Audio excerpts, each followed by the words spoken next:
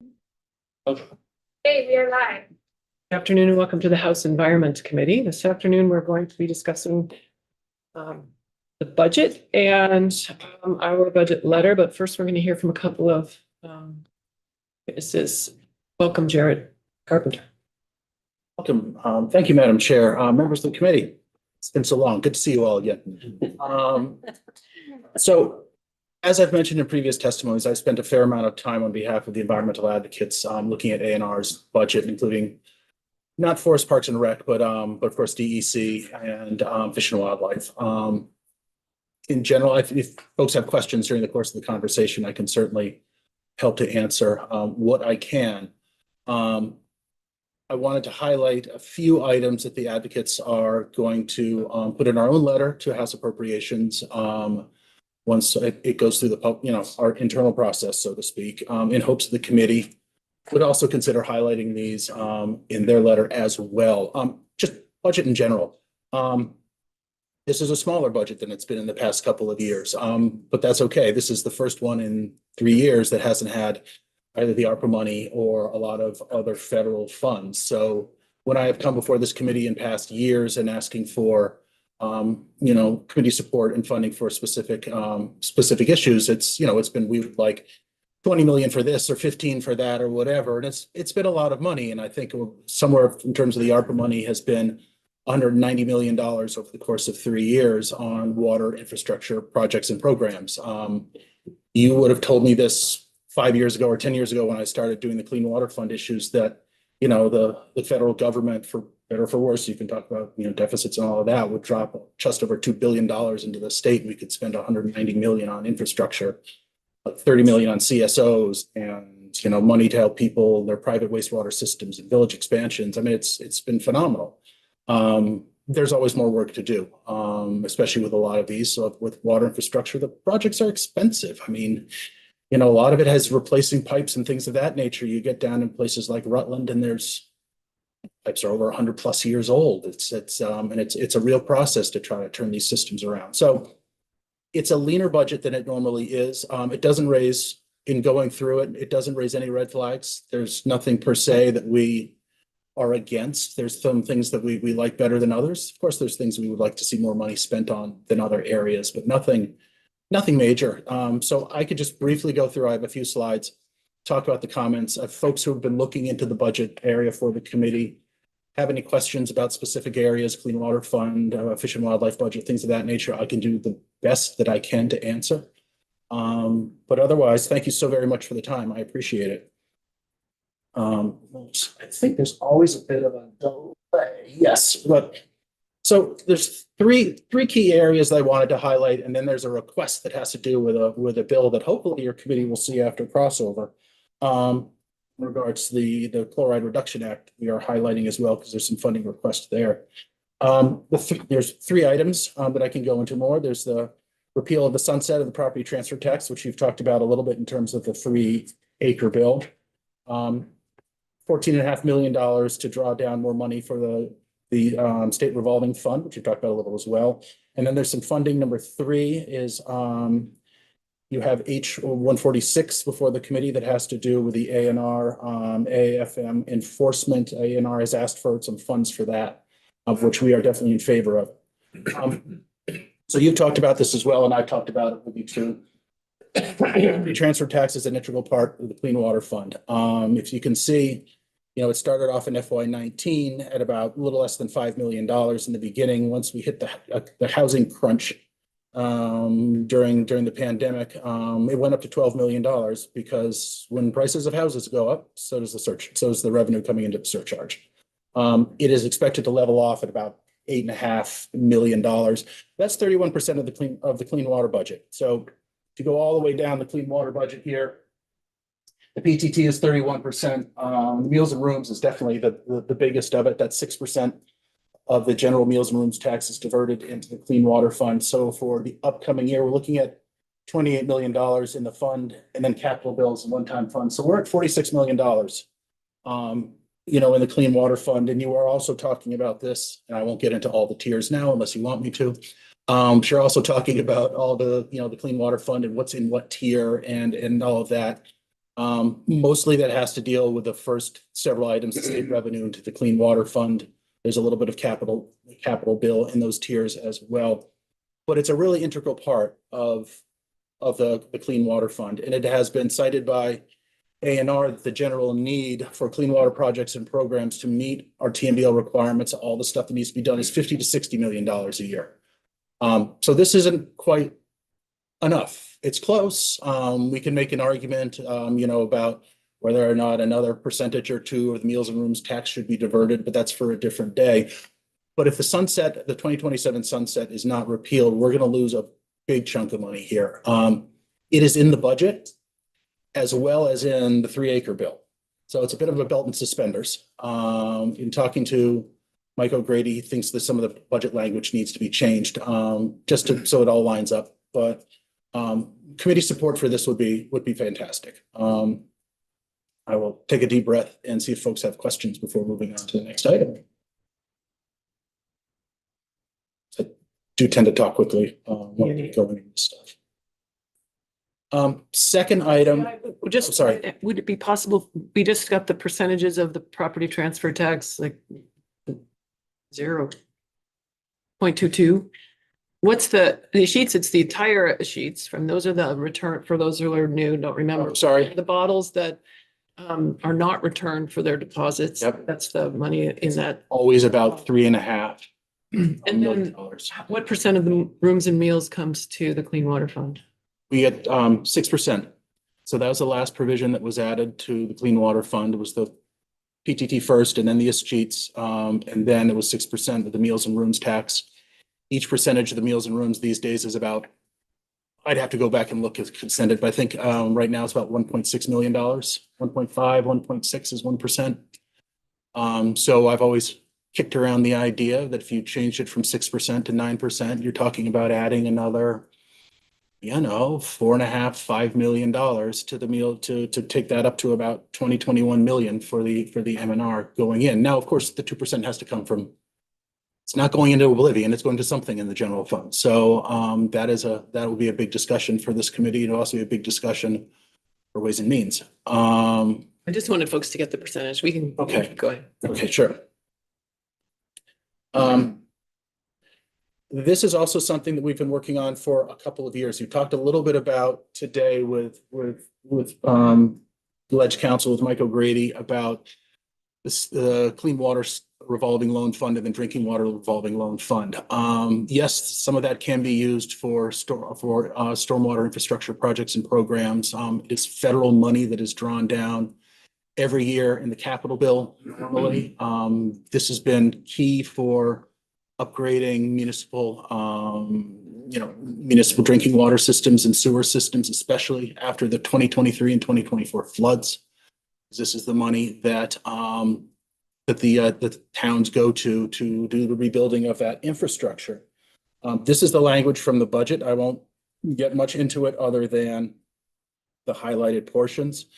There's $14.5 million has been set aside, but has not been authorized by the General Assembly to draw down a separate account of federal money. I'll go to the next page to give you a sense. What we want to focus on is down here. So the $14.5 million is going to, if you go all the way over, it's going to draw down $73 million into clean water and drinking water revolving loan funds. That's a significant chunk of money for an investment of $14.5 million. This is a little more esoteric and in the weeds, but it's something we've been working on since FY23, when we've been drawing down various state match for this money, and it's really been integral to meeting some of our water infrastructure needs. And now even more so as you're also talking about potentially using it for 3-acre and some of the other provisions. So making the pot bigger is always important.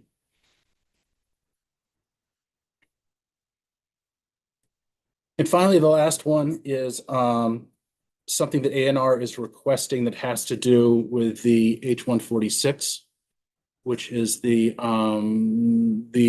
Ag Water Quality Enforcement Bill that's sitting on your wall. We do differ in opinion from the administration as to exactly how extensive that should be. in terms of shifting enforcement from AAFM over to Agency of Natural Resources. What we do agree with them is we need to start getting it underway and paying for some of it now. The sooner the better. For the ANR has requested $850,000 in the general fund to start building up a database. Basically a CAFO database project, and get some contractor support to move that over to help set the base for being able to do enforcement and whatever it looks like. And they would also like to hire 2 new FTEs, so 2 new staffers in the CAFO program.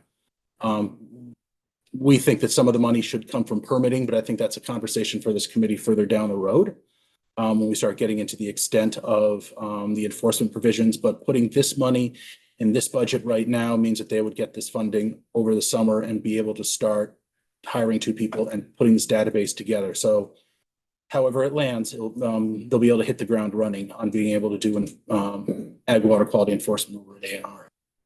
Representative What Austin. would the database, what information would it give you?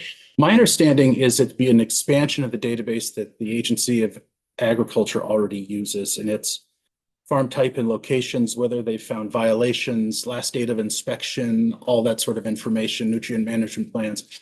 I think it's just, one of those central holding areas for information for all their inspectors. ANR needs to build off of that, is my understanding, in order to start the project. But my understanding is they would start with what AFM already has and would not be building it outright. So some of this would be for the technology, and some of it would be for the contractors to actually do the work. I don't know the split between that. Is it safe to assume that there are farms that have been targeted because they are not meeting would it be used? Targeting would be the right, I don't would not be the know, right targeting, word. yeah. But yes, I mean, it's it's, more help. so if it just generally in the process, when the inspection occurs and a violation is found, then they have to go through the administrative process of, writing letters and, we need you to comply with this, and scheduling follow-up visits and all of that. And I think that's, that's all the kind of stuff that goes into this database, keeping it all together. And there would be information, I would assume there would be information to some degree on locations and compliance levels of every farm, or at least within the CAFO program. That remains to be seen. I'm seeing the deputy commissioners or secretaries here, deputy secretary. Do you have any more insight into this 850,000 for the? I mean, my understanding is that it is generally as Mr. Carpenter has explained to the committee, but if you had any other details or. Okay, thanks. So those are the 3, and I'm sorry that they're a little esoteric, but I think they're fairly important. And the last one is really more to put it on your radar. We are gonna put it on the House Appropriations radar as well. There's a bill downstairs, S29. The full version is an act relating to establishing the chloride contamination reduction program at the Agency of Natural Resources. The short version is the SALT bill. You've probably seen it in Digger and in a couple of new channels. It's to set up a certification program for commercial and municipal applicators. They use best management practices to keep everybody safe, but reduce the amount of salt that's being applied. You can see it very visually on Montpelier streets and sidewalks about how much is actually used. You've also probably heard that there has been a salt shortage, people not being able to find it in the last couple of days because it's out. And I would argue if they stop using so much, we wouldn't have a shortage.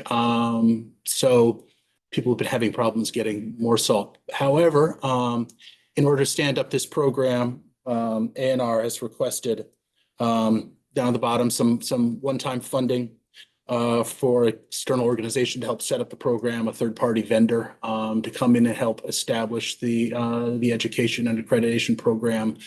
Largely, we would lift it from New Hampshire. New Hampshire is a fabulous program. At some point, I will come back and testify on all of this. But I don't think we have to reinvent the wheel. I think we just have to duplicate what New Hampshire has done. And then ANR would also like 1 FTE to run the program internally.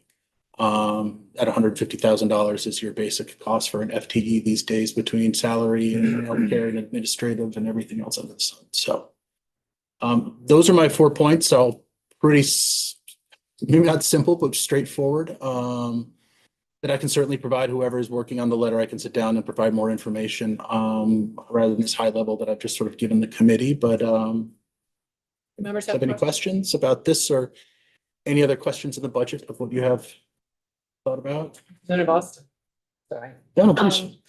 So I'm kind of, trying to hold off on making any decisions about any budgets until I have a sense or bills to support, not on the federal funding, Mm-hmm. and I'm just wondering, do you have any sense or any data on what we're not going to be getting? No, I'm the same. I've heard of what everybody else has. It's, so this is and so this is part of the bill, the bipartisan infrastructure law funding that has been frozen and unfrozen and frozen and unfrozen.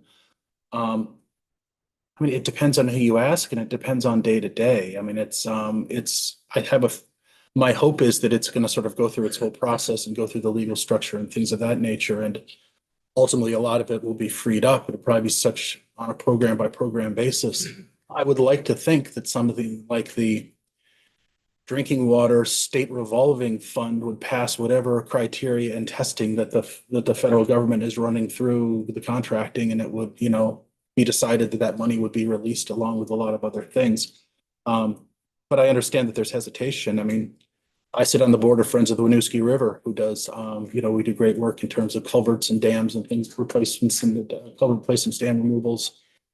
And it was decided that we can't, usually it's you do the project and then you bill and then you get the money back. And the organization's too small to risk like doing $30,000 worth of work and then billing the feds and then not getting the money back. And as you heard from testimony at DEC, their 53% of their budget is federal pass-through. I mean, it's not nothing. It's certainly concerning and hoping that it all gets worked out. So, I know for a lot of groups, they're concerned about getting ahead of themselves and then not being reimbursed and having to let staff go or something. I'm assuming though, once it's encumbered, then is it safe to assume that if it's encumbered, then it cannot be withheld?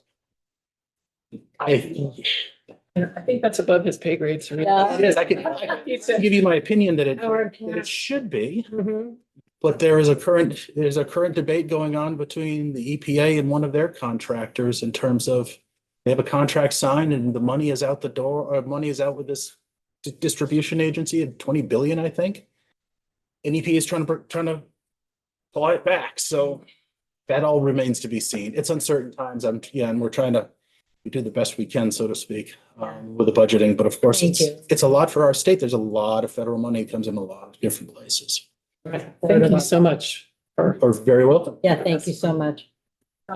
Next up, we have Anthony Arapino, Conservation Law.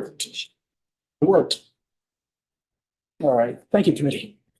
Good afternoon.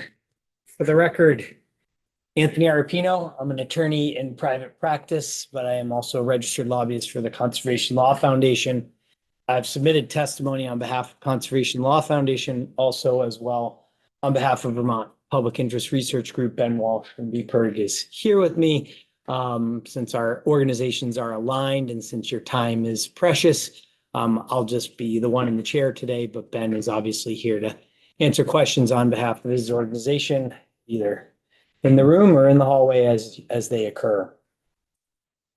Last session, with strong House majorities and Senate majorities, including votes of representatives from each party and independents, you passed Act 122. That created the Climate Superfund. In case there's any doubt as to why Vermont needs to keep moving forward with the Climate Superfund, a story in today's VT Digger provides a stark reminder. The headline reads, "Flooding long past, many Vermont municipalities are still swimming in red ink." The article provides details that are painfully familiar to me as a Montpelier resident who's following closely our city's struggle to recover from catastrophic flooding in 2023. That flooding resulted from extreme precipitation that prior to global warming was only supposed to happen once every 1,000 years. Instead, exactly 1 year to the day, Similarly destructive deluges happened in neighboring communities like Barry and Plainfield. And I know because this committee is geographically diverse that you know that the costs of the climate crisis are not isolated in central Vermont. According to VT Digger, Linden suffered 500,000 in damages from the 2023 flooding, while flooding 2024 required the town to take out a $15 million line of credit. That is twice the amount of the town's annual $7.5 million budget. And that money will go to repair roads, to repair the municipal office building, to repair the water and sewer plants, and a historic covered bridge.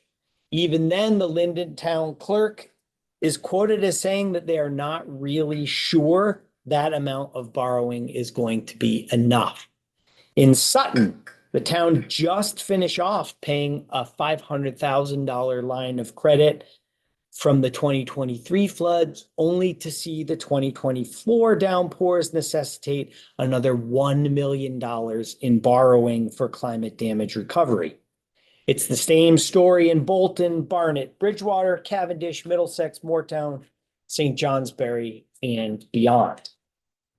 Compounding the financial strain facing these municipalities as a result of these climate catastrophes is the fact that FEMA has yet to make good on its obligations to fully fund recovery. In fact, VT Digger also reports that full repairs of numerous state office buildings are on hold while the state BGS and FEMA wrangle over whether the FEMA is going to pay for the repairs needed to get those buildings back up to speed, to protect them from future floods, and to give our state workers a safe place to work. And of course, that's just the damage caused by flooding that scientists have confirmed is consistent with climate change. The fossil fuel driven overheating of the planet is bringing a whole host of other costs to Vermont. These include increased risk of forest fires, droughts, ice storms, toxic algae blooms, tick-borne diseases, and a whole host of other costs. It's clear that Vermonters alone cannot afford to bear the full cost of climate change. And it is also sadly clear, even before the change in administration at the federal level, that Vermont cannot count on the federal government to be a reliable surety for the damages that we are experiencing. Requiring the world's largest and most profitable fossil fuel extractors and refiners to help Vermonters pay a fair share of the cost to repair and adapt to the damaging changes in the climate that their products and activities help to cause is a fiscal imperative. Vermont must therefore to continue to invest in the Climate Superfund program you enacted last year. Now, Act 122 tasks the Treasurer's Office as the first critical step down this path to assess the historical and projected costs to the state of Vermont and its residents because of changes in the climate attributable to greenhouse gas emissions from the products and activities of those largest fossil fuel extractors and refiners. Examples of the costs that the treasurer is tasked with assessing include the flooding damages that we just discussed, but it's also things like extreme heat, which I don't know if this has happened in your community, but it's happened in mine. We now have public schools that on some days of the school year in this northern latitude are too hot for our students and educators to safely work and learn in. So these are costs that are coming for us and they go beyond just flooding. The treasurer's job then is to figure out what this is going to cost us and to do it in a way that is both legally and scientifically defensible. During the consideration of Act 122 last year, this committee and other committees in the House and Senate heard testimony from leading technical and scientific experts indicating that we have the science, we have the engineering know-how, and we have the economic methodologies necessary to complete the task that you've assigned the treasurer to do. What they did also say, however, is that additional expert analysis will be needed to tailor and apply those methodologies to the unique geophysical characteristics of the state of Vermont and to the unique aspects of Vermont's economy. Now, the treasurer and ANR, since you passed Act 122 last year, have been busy to try and test that assumption. And in fact, in the fall, they issued what's called a request for information. It was a nationwide call for the experts out there to say, this is what we've been tasked to do in our law. How would you go about doing this task if you were going to do it? Good news is they got robust responses to that request for information, and those responses are summarized in a report that is on file with you from the Treasurer's Office and ANR. It was filed with you in January. It's called the Act 122 Climate Superfund Cost Recovery Program Report to the General Assembly. The report affirms that, quote, event attribution has developed as a scientific field in the past 2 decades and includes scientific methods that can quantify the effects of climate change on changes in the probability or intensity of a wide variety of extreme weather events, including extreme precipitation. Recent scientific developments allow these methods to be extended to assess climate change impacts on economic losses and human health, end quote. The report also notes, however, that, quote, while attribution science is key to the development of the cost assessment, it will require further development to address the full scope of climate impacts contemplated by the Act. This additional work includes a specific focus on the type of extreme precipitation river flooding events that we talked about at the beginning of my testimony, as well as things like extreme heat.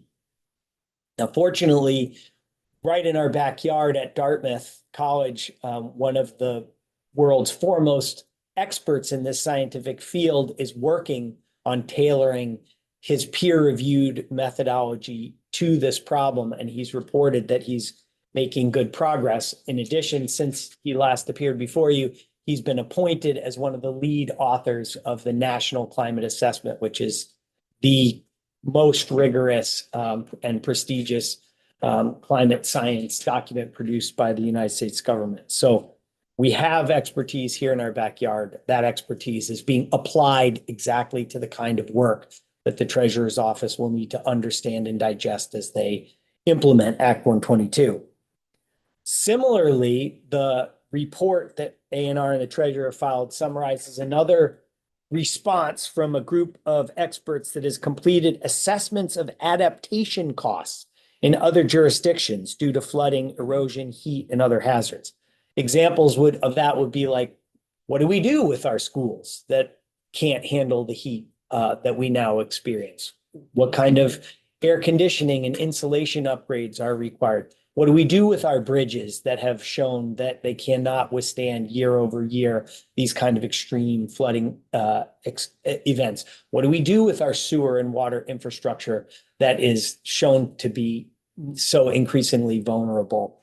That's the kind of work that other group of experts does. And ultimately, that's the kind of work that the Treasurer will have to wrap that office's arms around in order to produce the kind of legally and scientifically defensible assessment we're going to need if we ask for help from the corporations whose are immensely profitable and whose activities and products are at the root cause of the climate crisis.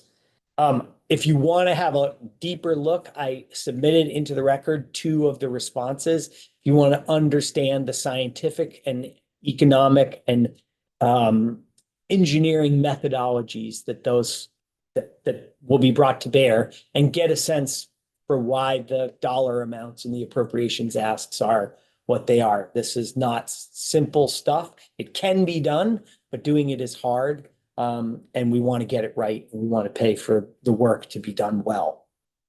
So not only is the work hard and difficult, but the report from the Treasurer and ANR made clear we don't have the in-house expertise in state government to do this job. We are going to need some contracted support. This is not positions that we're adding to state government for all time. This is a time-limited task. We need the experts for a period of time, and when their work is done, they will be done. There's also some staffing support for that, which is time-limited, do the work, and when the work is done, that position will no longer be part of state government. So you're currently, it's for that reason though, because of the complexity and the limited duration, that the treasurer's office has requested a $700,000 appropriation for contracted support, along with a $125,000 appropriation for a limited service position to oversee and coordinate the work of contracted experts. Now, as the law is currently written, the treasurer is supposed to complete this work by January 15, 2026. Unfortunately, because the treasurer's office has not yet issued RFPs, because they don't want to do that, because they don't want to go through the trouble of seeking contracts that they may not have the money to spend. So we're in a little bit of a chicken and egg problem, and it's for that reason, as well as because the work is complex, that the treasurer and A&R's report have asked that you move out the deadlines for this work to be completed. So even if you put aside the climate superfund aspect of this, the treasurer's work has merit unto itself. We know these costs are coming for Vermont. We have no idea what scale they are. We have no budgeted reserve to pay for them. And from a future budgeting perspective, even if we are never going to collect a penny from the fossil fuel companies, we need to have this information to be fiscally responsible when it comes to planning what's coming down at us in future, and I would argue in the current and in future budgets. There's also an A&R piece to this. A&R is supposed to complete a technical analysis to identify which of the world's largest fossil fuel extractors and refiners bear the most significant responsibility. You've set a 1 billion metric ton threshold of attributable emissions. So we're talking about some of the bigger corporations in the world that this would affect, but we have to figure out who they are, and then that's a technical analysis. Then there's a legal analysis of which of those corporations has enough connections to the state of Vermont, doing business here, selling products here, that they are eligible as responsible parties under the statute, that asking them to pay their fair share for the climate damages we're experiencing would pass constitutional muster. That's something that you took a lot of testimony on last year, but A&R needs to put meat on the skeleton of that legally. And that's why the A&R has also asked for both contracted support and legal support. Fortunately, in the case of the A&R piece, the report confirms that existing peer-reviewed carbon majors data set is both suitable for and available to A&R to complete its technical analysis. And unlike the scientific and economic models the treasurer's work will rely on, the report doesn't really provide any indication that the carbon majors data set will require substantial refinement or state-specific tailoring by contracted experts. It's more that they need contracted experts to help kick the tire on the data, make sure that the data is reliable, make sure that they understand what's in there and how it works. That's why their ask is lower. And also it should be noted, while this task is no less important, it is both less complex and it is also less time sensitive because of the way the Act 122 works. The treasurer's work has to be done first. A&R's work could be done at the same time, but it also could be done slightly afterward. The deadlines A&R has to meet fall after the treasurer's deadline.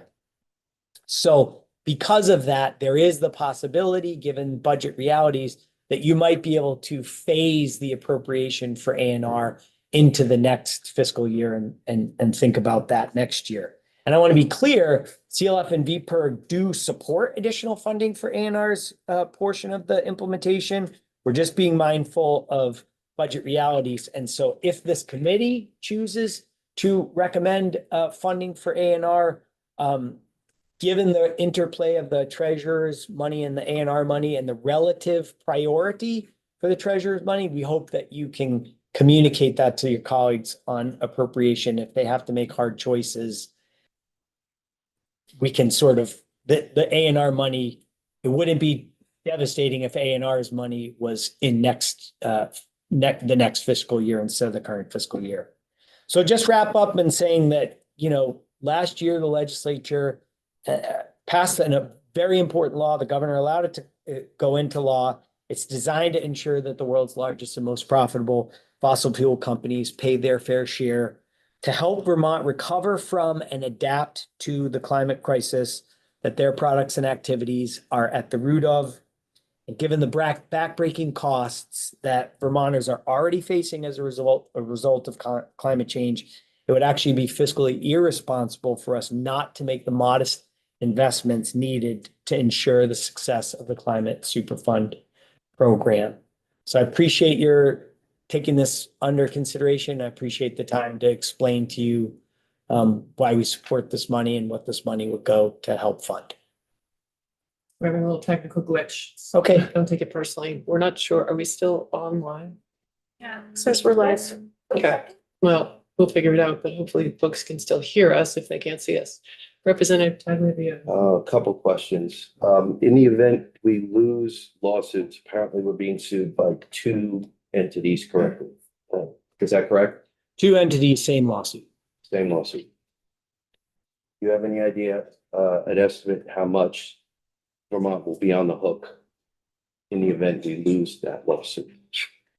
Attorney's fees and any damages that may or may not be. There are no damages. The only relief they can seek is that the law be stricken. And attorney's fees, no. What I can say as an attorney who's litigated cases, including environmental cases against the federal and state government, the claims that they have raised in their lawsuit are claims that are typically decided, as we say, on the papers, not with like extensive expert trials, but lawyers filing briefs. So I don't know, but we have experience with this before. And I can also say that the amount that we stand to recover if our law is upheld far exceeds the amount that we would spend if we lose and we're unsuccessful. Are you familiar with volcanic activity and how it affects climate and weather? Yes, Are you familiar with the Tonga volcano? not specific. About 3 years ago, below the surface of the ocean, it erupted and put north of 140 million tons of water into the upper atmosphere. And there are no estimates on how long it's going to be taking for it to come out of the atmosphere in the form of rain. Is there any idea that this may be used in a lawsuit that Vermont would lose? And two more questions. Are solar flares and any geological evidence being taken into consideration prior to trying to sue petroleum companies for natural occurrences? The way the Climate Superfund Act is structured is acknowledges that there are natural causes that release CO2 into the air and increase warming. And we are not asking fossil fuel companies to pay for the damages of those natural causes. The scientific analysis is focusing specifically on the fossil fuel emissions. And because the Earth is going to do what it's going to do, that's all the more reason why the emissions that we do have control over are ones that we have to manage where we can, and where those emissions have historically been released and are causing damage today. We need to make sure that those parties that profited from that activity are also paying their fair share to help us recover from those damages we're experiencing. So you maintain that CO2 is causing the warming? I don't maintain that. It's the overwhelming consensus of very well credentialed international scientific community that maintains that. There are other scientists who maintain that the warming comes first. Then of Austin. I'm just gonna make some assumptions here. Okay. My assumption is that like 50 years ago, when activists or scientists started warning about climate warming, if we had paid attention to the science, we wouldn't be here right now. And Vermont wouldn't be spending $1 billion a year on remediation and flooding damage. Is that a good assumption? Well, it's more than an assumption, and it's not just activists. What actually happened was that some of the same fossil fuel companies that would potentially be responsible parties under the Climate Superfund are the ones who developed the science that said their products and activities, if they didn't make a change, were going to lead to the outcomes that Vermont and other states are suffering from. So it's not just, people like me who care about the environment. It's the scientists that were in the employ of the fossil fuel companies. And if you go back to my testimony from last year, I quoted at length from things that they were saying in the 60s and 70s. So we definitely had time to steer this car away from the cliff. And in part, we knew that we were heading to the cliff because of science that the very same companies themselves developed. Now, the Climate Superfund Act is not about punishing them for any kind of deception or covering that up. In fact, some of the videos you can see are still on YouTube that were produced by Shell, for Royal Dutch Shell, for one example. But it is about saying, since you knew this was an outcome that was likely if you continued to increase the production and release your products on the market, it is fair from a constitutional perspective that a state like Vermont that's experiencing these damages could look to you for help in paying your fair share of our recovery and adaptation costs. Okay. And the other question is, my concern is about home insurance, the insurance industry, and looking at what's happening in Florida and California. And my concern is that eventually either FEMA is going to run out of money, or insurance companies are going to not insure, any floodplain or fire, potential, and that municipalities will have to incur those costs. Do you think that's a logical thought? Well, the New York Times did a story about non-renewals, and I looked into this with our department of, Vermont was kind of identified as one of the hotspots on the map where home insurance policies are not being renewed by insurers. I did ask the Department of Financial Regulation if they could tell us why that is, and at present, insurers are not required to give a reason, but it's already happening in Vermont, and it should be very concerning. And I also want to just point out, you bring up a good point. Our current treasurer is Mike Pichak. His job before this was as the commissioner of the Department of Financial Regulation. When he testified on the Climate Superfund last year, he actually explained that when he was commissioner of the Department of Financial Regulation, he commissioned a study to look at what the impact of climate change would be on the insurance industry in Vermont. The results of that are available, but it's telling in terms of the faith that you can have in entrusting his office with this money. He's already done an exercise like the one he's asking to repeat, but on a broader scale for the entire state of Vermont and for additional categories like the one you're raising. So this is the office coming to ask you for this money to do this work that you've instructed them to do is an office that has experience in exactly the kind of task. It's just the task that you're now asking them to do is to look with a broad, not just on the insurance industry and people who have insurance, but much more broadly, municipalities, the state, farms, small businesses, et cetera. Actually really helpful. One more question. So how imperative do you think it is that we act immediately to take action, for the legislation that we've passed? I mean, if we don't act, I'm thinking it's too late. That's how I'm beginning to think it's too late. Well, I started testifying on climate action in 2005, in the predecessor of this committee and committees downstairs. So I share your sense that we have lost time. The problem is, for us, things could get worse. And what already has happened, having lived through it here in Montpelier, the trauma, I still coming to this to give this testimony is re-traumatizing for me. And I suspect for some of you who might be from communities that have borne these effects. But it's not too late, number one, because it could get worse. But number two, what we're talking about is recovering money to help pay for the damages we're sustaining. And we shouldn't wait, because I just told you what VT Digger told me is facing communities across the state come town meeting day. And knowing that regardless of what we do, the effects of climate change are with us and are driving costs, we cannot afford to hesitate to seek help financially to bear those costs, because they will crush us if we try to do it alone. Thank you for your testimony and for, do you have a question? No, Representative Nord, we have time for a couple more, but I just want to remind everyone that we're trying to get to our budget letter too, so we're not gonna have too much more time. And I'm around generally most days if people want to catch me inside. You guys are asking for an additional funding beyond what the governor's budget included. How much did the governor include in his budget for the climate super fund activity? I believe he didn't include anything. Do you think he was aware of that Act 122 was in place, that his administration was aware of I'm that? certain that he was. I'm frustrated that he didn't ask for money, because he hasn't proposed an alternative source for relief for municipalities and small businesses and farms.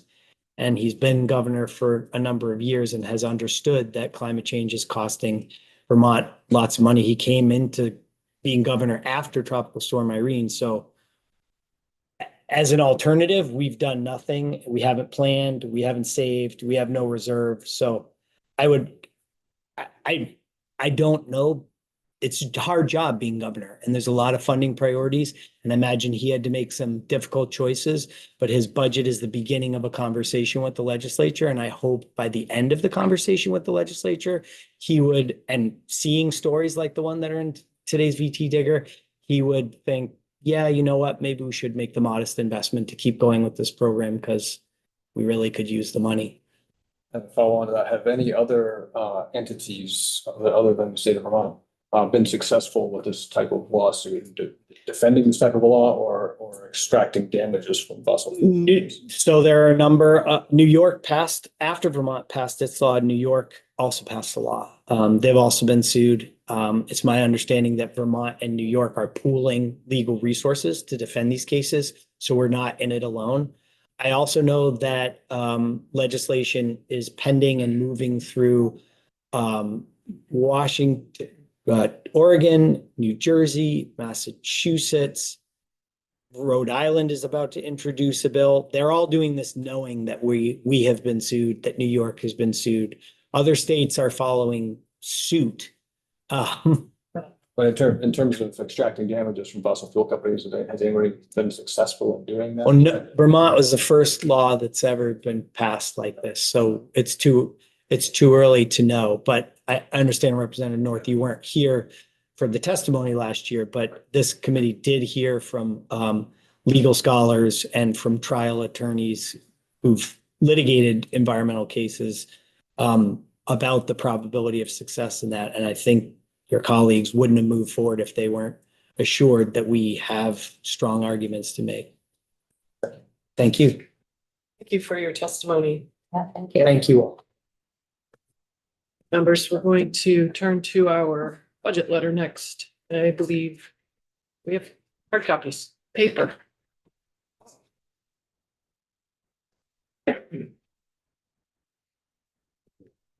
Your cheeks. Sure. Sure.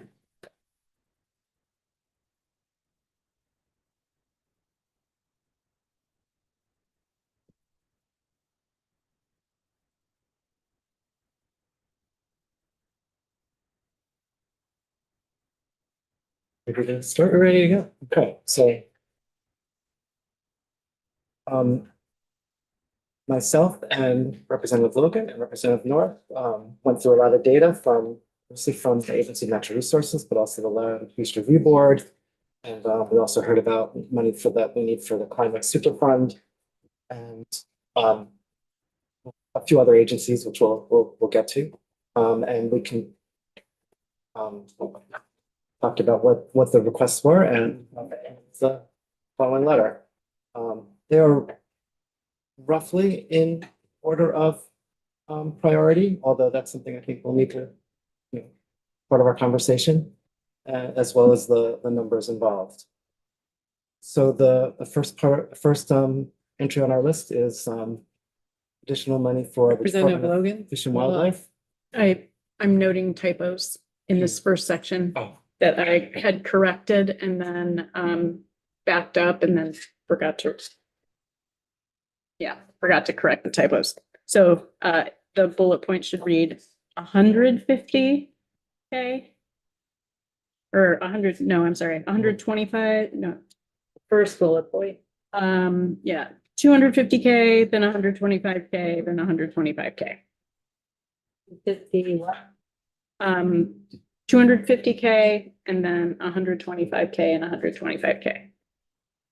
We're good ones to catch. Yeah. Yeah. So that means basically it's about $125,000 per budgeted position. Representative, could you just speak up a little bit? Yes, I will make Please. that attempt. Absolutely. Thank you. It's just that there's a fan or something back here. Thank you. So the first two positions have to do with following up on legislation, Act 181, to complete rulemaking and looking at other for tier 3 resource areas. The other position is actually in A&R's Office of Planning. Also connected with that legislation, and then the fourth position is a mapping position associated with work that needs to be done regarding Act 59. That's also Department of Fish and Wildlife for mapping.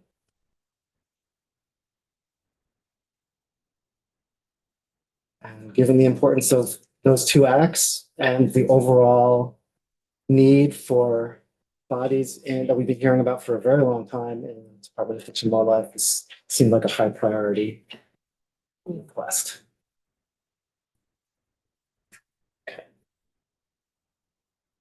People have questions along the way, we can answer them, or we can just get through the letter and then discuss priorities. So what regulatory things with Fish and Wildlife on 181 on that? What? I think it's for the rulemaking, and I guess I have a question. Deputy Secretary, are you able to help us with the answering questions on this? So are these all new positions? Well, all three of these bullets, I mean, yeah, the one Act 181 are those people. None of these four positions that we're talking about exist. Who's doing the GIS mapping now?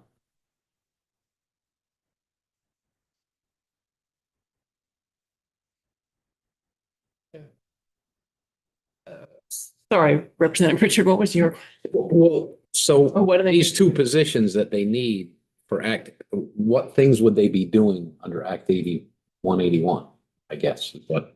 Well, there is rulemaking that needs to happen on a number of things in there. So we're developing a new criteria for forest blocks and habitat connectors that involves pretty significant public outreach and rulemaking for the rulemaking, and then the tier 3.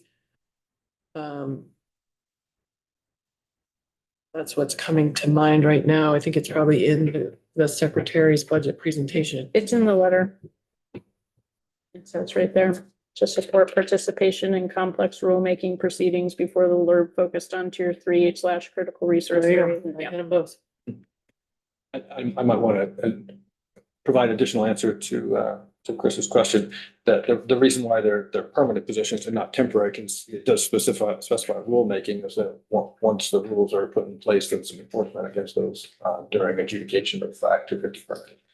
Something that just proceeds. Yeah, and just sort of a little bit of history, the Fish and Wildlife Department does end up participating in permit review, and we have, as Representative Sakowitz mentioned, perennially heard from them that they need more resources. So I think that's, I'm assuming why our budget committee has put this first in our letter. We're always rooting for that team to get more resources because they do an awful lot with very little, and they do deserve more. there are Act 250 criteria that relate to fish and wildlife. Directly with that. In particular to wildlife habitat, and they're already doing that work and often report not being compensated for various internal reasons. There are permit fees established to cover those costs, and they end up going to administration at A&R. Although that's the next bullet. And we know that to comply with a lot of these, the permitting that they're asked to do, they pull people off of other work, which is sensibly why we have them in the first place. So there's a lot of value that we'd be gaining by funding these positions long term. Act 250 has a lot of tentacles and it's reached into DFW. Well, they're certainly billing it that way here. Yeah. I mean, So move on to the land use review board.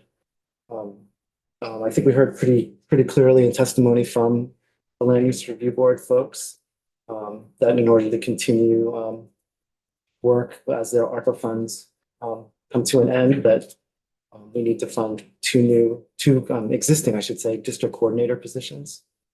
And they have requested funding them through the next 3 years, I believe, but in our letter, we're proposing that we fund them through the next 1.5 years. They've made a pretty good case to us that they really need more than just funding through the end of the next fiscal year, that they're quite concerned that the people that are working for them now may not hang around if they don't have a little more assurance that we're going to continue to fund their positions, and that they do very specialized work, and it actually takes quite a bit of time to train people to do this work, and it would be fiscally prudent, should we say, to keep funding these positions to make sure we keep these folks on board. We also requested an additional $100,000 for digital infrastructure to support, again, the Act 181 work that we've tasked them with.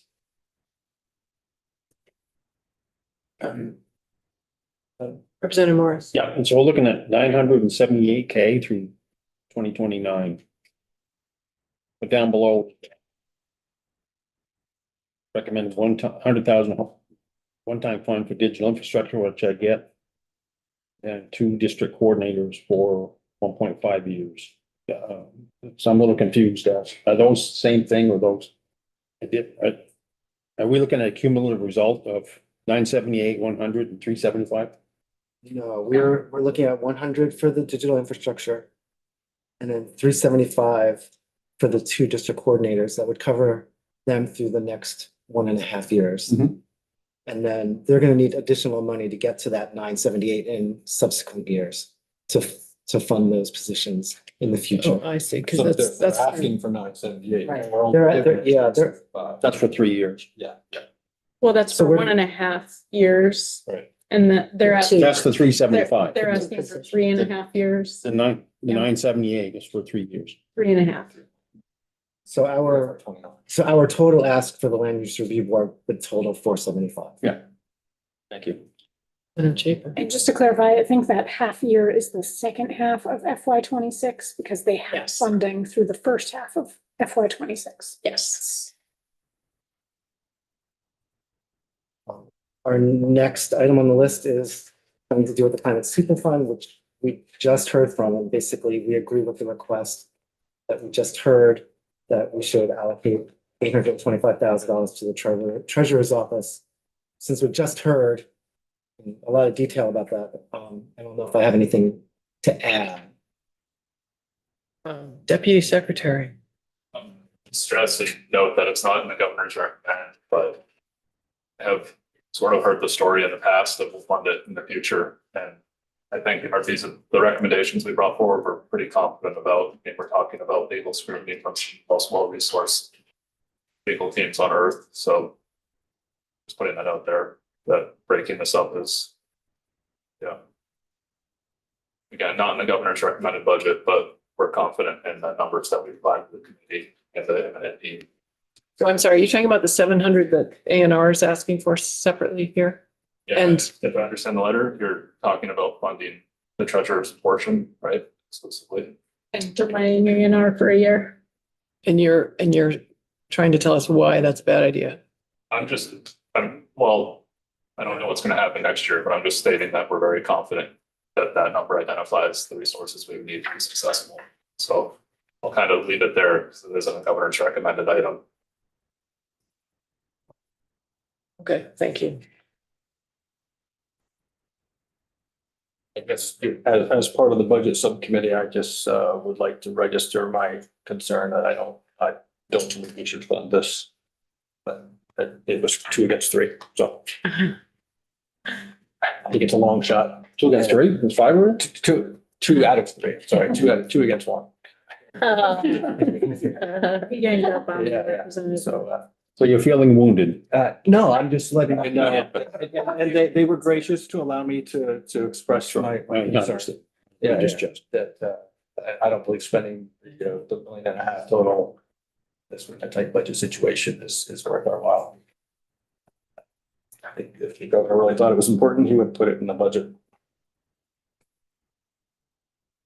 Just Yeah, thank you for registering sharing. my concern. Yeah. And then on the second page, And I just ask one more thing. So we're not funding the 500,000 for contracted support. And 175 for a new attorney within the Office of the Agency of Natural Resources General Counsel. Well, that's what we're talking about. So we're talking about this, we're just having a discussion about it. And I think our budget committee is recommending, based on testimony, part of which we just heard, that maybe there's some space to postpone that right now.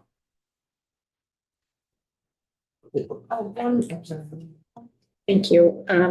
I think one other thing that is helpful to point out is that one of the reasons why we felt comfortable recommending this portion this year and the other portion for ANR next year is because we're recommending this as one-time funds, not base funding.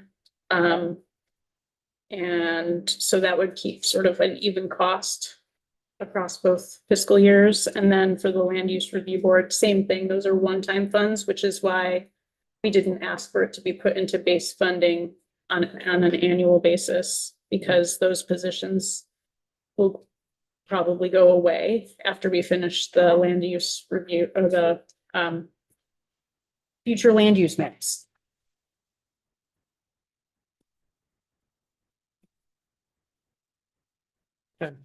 Would it be helpful to say one-time funds versus base? We said base in one place, and everywhere else, I believe, is one-time funds.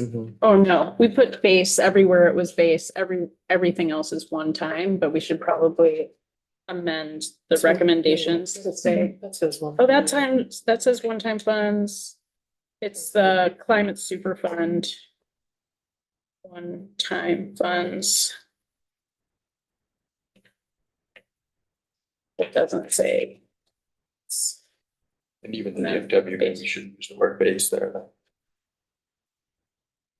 Also, 500K, that's big. oh, and it says should Back to this. DFW's base budgets, but Specifically. but it wouldn't be bad to say it twice in base funding. Paper, Yeah. this here says other. yeah, we got this fund. On a separate ask. They presented to her. It This was, is the testimony we received. I don't know if it was an assessment. Creations. Okay, Trevor gave us the. Oh, okay. Does it show up in the budget book? Did you look at their budget? We should. All right, let's keep going. So what about the 675 for? Are we thinking about dropping that out now? Sorry, where are you? Finance. Yeah. Get the 825 for the treasurer, 675 for the A&R, and we just heard from A&R that we're recommending postponing that till future budget, I guess or did I mishear that? well, I think that's what we're contemplating. And I guess now that I look at this more, I mean, I guess one question is, do you need the attorney work sort of separately? You're saying, I mean, who's litigating this? It's like, it's gonna be the AG, not ANR. So you sort of made the link to the current litigation, but I'm not sure that that's accurate. I don't want to characterize how the AG's office handles these cases entirely, and I definitely would encourage you to invite our counsel in, but I know that we will provide certain legal support and expertise to the AG's office when they're involved in these sort of matters. And that, again, reflected in what we included in the report. We're confident about that need. But didn't we also just add two legislative councils last year to ANR? I understand that this specific attorney would be glued to this issue. That's the intent for this person. It's a busy legal team at ANR. Thank you. Oh, Ben Walsh. For the record, Ben Edgerly Walsh with the Department of Public Interest Research here. If it's helpful, I'd just like to add one, my understanding from ANR, both in reading the report and what I heard earlier, is desire to do the work as rigorously as possible, and really being the organ that asks. We certainly agree with that, regardless of any direct involvement they have or don't have in the suit. I'd also add, just to reiterate what Anthony said a minute ago, we certainly don't want to leave the impression that we are in any way opposed to this money coming to ANR in this moment. That all of the full 1.5 million between the two offices would be entirely appropriate. We're simply focused on the thing that is happening chronologically first, which is the treasurer's work. And if hopefully this isn't too forward, but as a potential suggestion, if both were included in the letter, you could indicate the chronological urgency. Our concern would be both of them getting less than the full amount, and then the treasurer not being able to do their work, which is more immediate.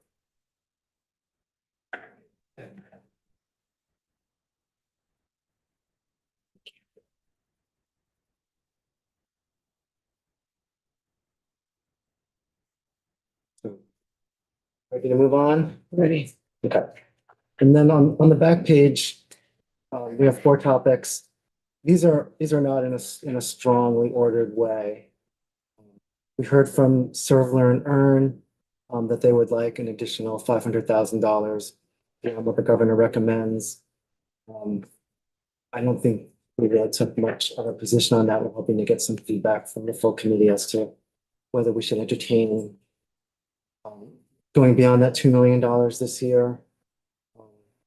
I'll just go through the rest of these and we can talk more maybe. The same sort of idea with the conservation districts. They've been asking for additional funds for a very long time. We did think, however, that if we gave them an additional, if we up their funding to 1.25 million, that would allow them to hire a half-time position on a permanent basis in each of the districts, which would give them the capacity to get the additional grants they get and give them the ability to more smoothly manage their work going forward. And what do we give them now? 600, right? 600,000. 600, that's right, and right. And the Department of Environmental Conservation has not requested additional funding. This is all they're addressing the work that flowed from last year's Act 121. They have people doing that work in its various respects. The Flood Safety Act. We should write right there.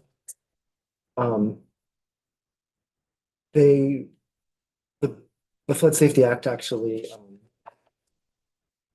gives them more positions that they have right now that were not funded. And we do have a choice. We could decide to give them additional funding to fully fund the positions that were in the bill, or we can extend the deadlines, which is what they've requested. So that's why I guess And the deadlines on the work is not getting done because they haven't filled the positions. well, the work is getting done, but they didn't. they weren't budgeted as many people as the bill Mm. had called for, and so they're not getting the work done as quickly as they need to, given the deadlines in the bill. And so we pretty much have a choice of either to extend their deadlines, given the current capacity, or to expand their capacity so they can get more work done more quickly. And then the Vermont Housing Conservation Board is, the governor has, recommended budget fully funds VHCB. And that has not always been the case in the past. And so we thought we would here,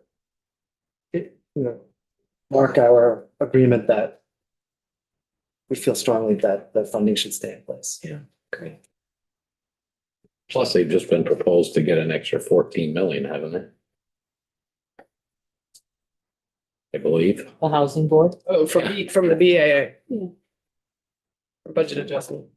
Yes. The current. It's current year budget.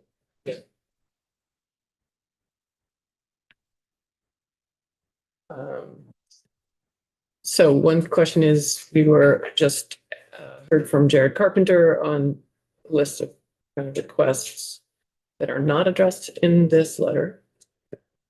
So repealing the sunset of the property transfer tax. Two new staff at ANR. Is that what, maybe, My understanding is that those are in the governor's budget and oh, in them, but we could, that right, I see. We could reiterate, or if we want to reinforce our support, we could do that.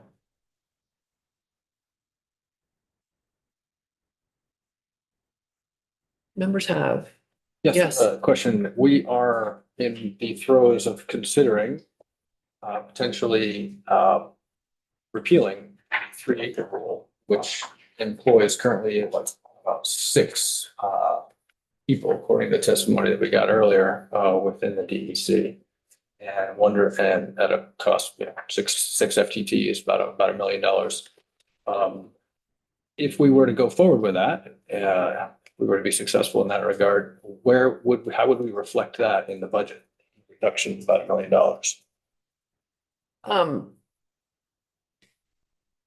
Are we talking about repealing the 3-acre rule? Well, it's certainly one of the solutions that's on the table in our 3-acre discussion. I'm certainly making sure that it's still on the table. Been taken off the wall. Taken lots of testimony on it, and it's a topic of conversation quite a bit over the past week, so. Well, 3-acre, if I think fixing it has been, which would include keeping the staff to keep it, make it work better. But I mean, if we did something like that, yes, it would, obviously we could make that recommendation. And then we would say, yeah, we think those 6 people should go to the Flood Safety Act or some other place that we thought they should go. So I guess my question was about timing, since that discussion, we haven't fully debated that topic yet, and this one we kind of have to do today. How does that work time-wise? Representative Chapin. Well, and just to build on that, and maybe just so we're all on the same page, there's other bills that are coming to us, like this one that we heard from the Senate about the salt, that would Right. have some appropriations. So just to be clear, we would we're giving this to appropriations about the budget they're looking at currently, which is really the governor's budget. Right. But then there will be other bills that may carry an appropriation Gotcha. or a savings. Okay, And then that just happened. it happens in the process of the budget Question. work, whether it's on the House or the Senate side. So we're not necessarily capturing every little possible change to anything related to our Gotcha. area, but we're particularly responding to things that are in the budget or that we've heard from advocates that are not in the budget and maybe should be. So we may look at bills the rest of this session that could impact the budget in the end. Gotcha. All right, thank you. Process that gets trued up at the end. Makes sense. Representative Austin. Yeah, just a question. It seems like we put a lot more work on the DEC with 181. Is that, DEC? yeah, no, That was VHCB took that on. no, okay. Oh, 181. Well, Fish and Wildlife, that's what they're asking. Yeah, but the implementation of the conservation design, Isn't that them? That's actually 59. Okay, I but guess is that was- that the Department of Environmental? That's not, okay. Yeah, I think that's more Fish and Wildlife. That's why that's. Okay. fun. Oh, sorry, I'm getting Yep, sorry. clarified. Just on a positive note, I just wanted to let the committee know that I did have a conversation with the, what was her name, relative to the conservation districts. Mm. And the fact that they're leveraging a lot of the funding that we're providing, and she's expecting that leveraging would continue, that you know, if we apply the funding that they're asking for here in the conservation districts, that would likewise leverage further the funding that they would be able to. So that was, I'm just putting it out there as support for that, for the 1.25. I mean, it's a drawdown for 72. That's. Without that 14 and a half, you don't get 72. Yeah, I think you're talking about something different. yeah, that was different, Yeah, but you're talking about A and R and Representative North is talking about the conservation districts, the ask for 1.25 million there base for a half person district that we're offering, rather than the 3 that they asked for. On the subject of the conservation districts, I think it's hard to fathom such a humongous increase to the requested 3 million. Right. Also, just having worked very closely with their teams, they really are the on the ground work. And because we don't have county government in Vermont, they're funded in a really haphazard and unique way here in Vermont, and yet they provide a really essential service that works with the Fed and state agencies to get federal and state funding out the door and to support and do all the technical assistance around developing those projects. So I just would say I think it's a nice balance to recommend a significant increase to their funding, even if we're not able to fully cover, recommend fully covering their ask.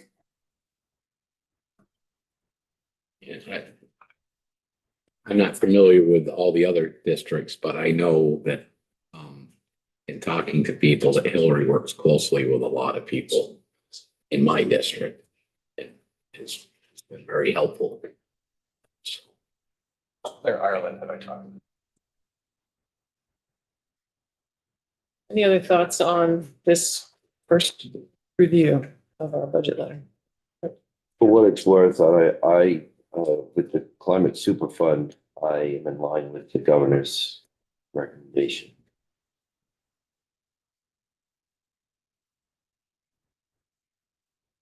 Noted. What is that money actually spent on? What is? For the climate super fund? Yeah. Well, so that's why Anthony was in here and I asked him, he's provided us the 2 of the RFIs that go into great detail about what that money would be spent on, because I had that question. So they're up here, but it's collecting a lot of data. He's actually summarized it at the end, the depth and breadth of calculating the costs associated, with climate change and parsing that out. But those RFIs are there if you want to dig into them and see where that money would actually go. The Act 121 report was actually pretty good. I mean, it really provided all the detail of what they've done so far. I just on the climate superfund piece, I really support particularly the treasurer's office funding, because regardless of where this climate superfund process and the litigation related to it goes, this first step, but this next step of the treasurer's office taking the lead and hiring the right contracted support to do the estimates of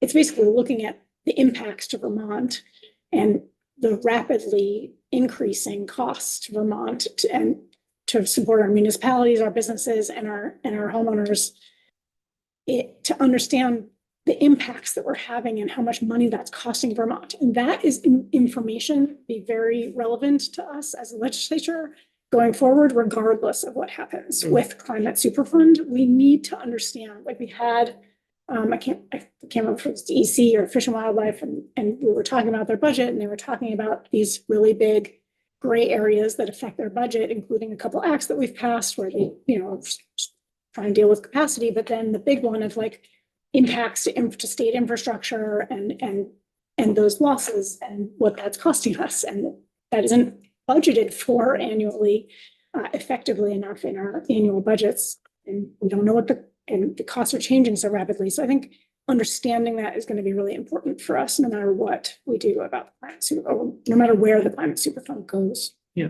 Just has a lot of value to us beyond addressing the climate super fund. For planning purposes. Yes, exactly. Yeah, okay. If we're not going to pay, if we don't end up having the super fund funding come in to help pay for these costs, we should know what the costs are and figure Anyway, out yeah, how that's a on great earth point. we are going to try and cover these, or are we just going to expect taxpayers to be on the hook for all of these going forward, which we're already in a place where people are struggling to afford to live in Vermont. We need to address that. So I really want that information. I'd like to know more about the lack of renewals for insurance coverage. Yeah. That's, And maybe we could support just the, I mean, I'm struggling. I don't feel like we have good information on how important these other pieces are for A&R. But I guess one option is we could support the additional attorney and wait on the contracted support. So maybe that's a good, somewhere a compromise in here, because we need the treasurer's office to do the work. And if they need information from A&R, which is maybe what I'm gleaning from the comments that we're hearing, like if these agencies need to be working together, maybe they really need that legal support for this time period.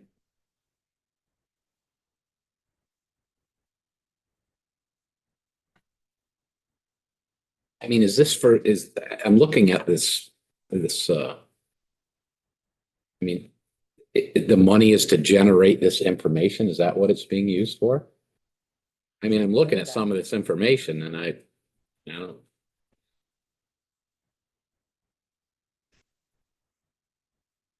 The Act 121 report. No, Let's see. Sorry, I'm sorry, I'm saying it wrong. 120. That's testimony, yeah, I'm looking Yeah. at the testimony, right? the RFI development Yeah. cost recovery program. That's what I'm looking at. Safety Act. That's what Came out, that's. Yeah, that's what's prompting. Sorry, Act 122, there's a typo in the, 22, there's something. it's a wrong there. typo in the letter under climate super fund that says with the implementation Act 120. Amy said to look at the, It's like looking. Well, I can never remember Act numbers anyway, so. yeah. And so did you read the 122 report? I read the report that whichever report it was, that listed out all of these folks that were involved in analyzing climate change and its effect on Vermont. Well, maybe you're looking Got at. 22. I'm looking at this one right now. This one. I was just going by the number that was written on here, but whatever that report was. Act 122 was the climate super fund cost recovery program report to the General Assembly from last. That was I can't find it. It's under. yes, it is in fact, well, that should be 122, not 120. Is it the second one? It's $3. No, yeah, I'm sorry, I found it under reports to us, under our reports. It's not I actually. can't find the Provided report. So as- who report, under who gave it to us? I'll just Because I have reports text open. you all that. No, just say, but what agency? I know it was under, I think it was under ANR. Right, so what I'm gonna propose Yes, is, this under is great work by our budget committee. I think we all need time to dig into it a little bit, and then we're gonna come back together tomorrow morning and discuss and hopefully vote on the sections of it. Okay? Are you, as the chair, will you give your thoughts on it as well, or I will. you will? Sure. I mean, we'll all give our thoughts, but yeah. And Okay, do we vote on it as a whole, or do we vote on it kind of line by line? I mean, how's that? We can do both. So, if there's sections that people, you've already expressed your opinion on some of the sections, we can take straw polls on each section, and then we can take a straw poll on the whole thing. Yeah. Before we go, I just wonder if people had thoughts on the Serve Learn program. Getting feedback about that. Yeah. But I think I'd like to do is take some of our conversation and do a little edit of this draft for tomorrow morning. Good idea. Yeah, that was one we were stuck on, really. I mean, I'm happy to just chime in and say that I think workforce development is a really cross-sector, really important, and this is the workforce development collaboration in Vermont for the sort of natural resources arena. So if we want to see workforce development continue to. It's very niche on natural resources. Yeah, Yes and no. I mean, it's construction skills and Yeah. weatherization and meeting young people where they are, if they're not able to be out or in, classroom type people.